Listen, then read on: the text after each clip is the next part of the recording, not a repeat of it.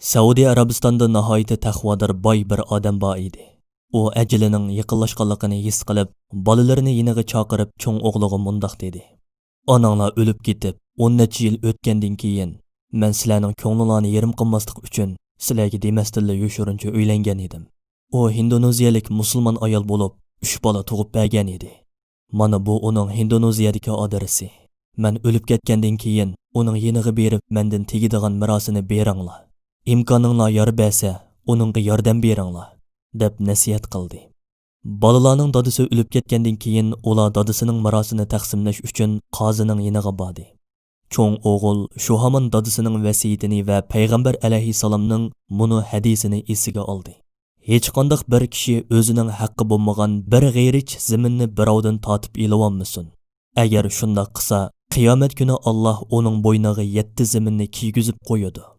O'g'il shu hamon qoziga dadasining Indoneziyada bir ayoli va 3 bolasining bor ekanligini dedi. Qozi mirosni taqsim qilishni toki u ayol kelgunga qadar to'xtatib qo'yadiganligini qaror qildi. Cho'ng o'g'il Indoneziyaga safar qilib, izlab, so'rab yurib, oxiri u ayolning uyini topdi. Uy nihoyatda oddiy edi.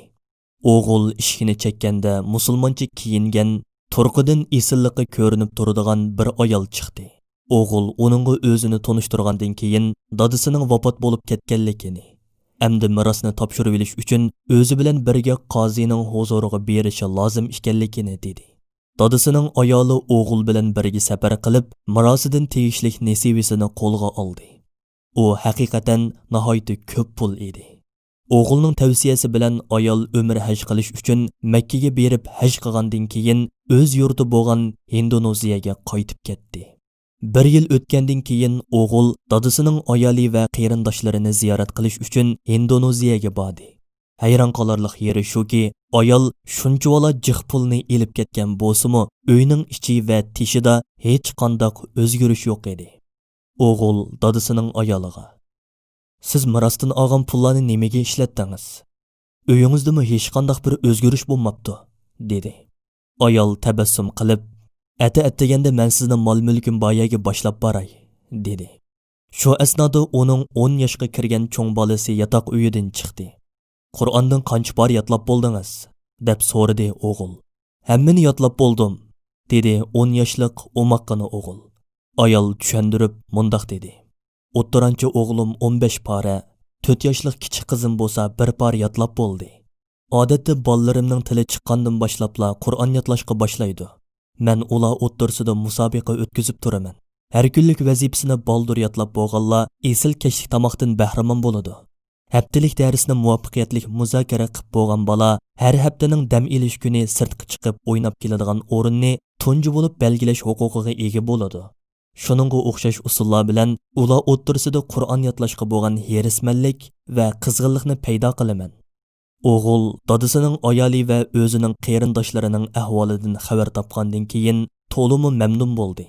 Shu kuni kechda u qarindoshlarining Qur'on tilovat ovozini anglab uxlab qoldi. Atisi atdiganda dadasining ayoli bilan shahar markaziga keldi va chiroyli bino qilingan bir islomiy markazni ko'rdi. Bu yerda Qur'on yodlash sinflari va yetim bolalarni tarbiyalash bo'limlari bor edi. Ayol buni yo'ldoshining nomi bilan atagan hamda yo'ldoshi uchun sadiqa joriya qilib qo'ygan edi. Bu yerda qilingan har bir yaxshilikning savobi har doim yo'ldoshiga yetib turadi. O'g'ilning ko'ziga liqqida yosh keldi.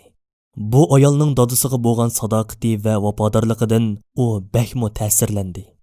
U o'z shahriga qaytgandan keyin qarindoshlariga ko'rgan bilganlarini so'zlab berdi. Qarindoshlari u ayolning dadalari uchun bino qilgan vafodorlarcha yaxshiliklari va chin sadoqatidan bakmo ta'sirlandi va uni o'lga qilib o'z shahrida bir qancha xayriyat markazlarini qurib chiqdi. Taqvodor ayol bolalarga vafodorlikni ham bu dunyodan oxiratni ortiq ko'rishni o'rgatib qo'ygan edi. Alloh taolo mundoq deydi: "Parvardigoringlarning mag'firatiga va taqvodorlar uchun tayyorlangan kengligi osmon ziminchi keladigan jannatga oldiranglar. Taqvodorlar kengchilikdami, qisinchilikdami Alloh yo'lida pul mol sarf qiladiganlar."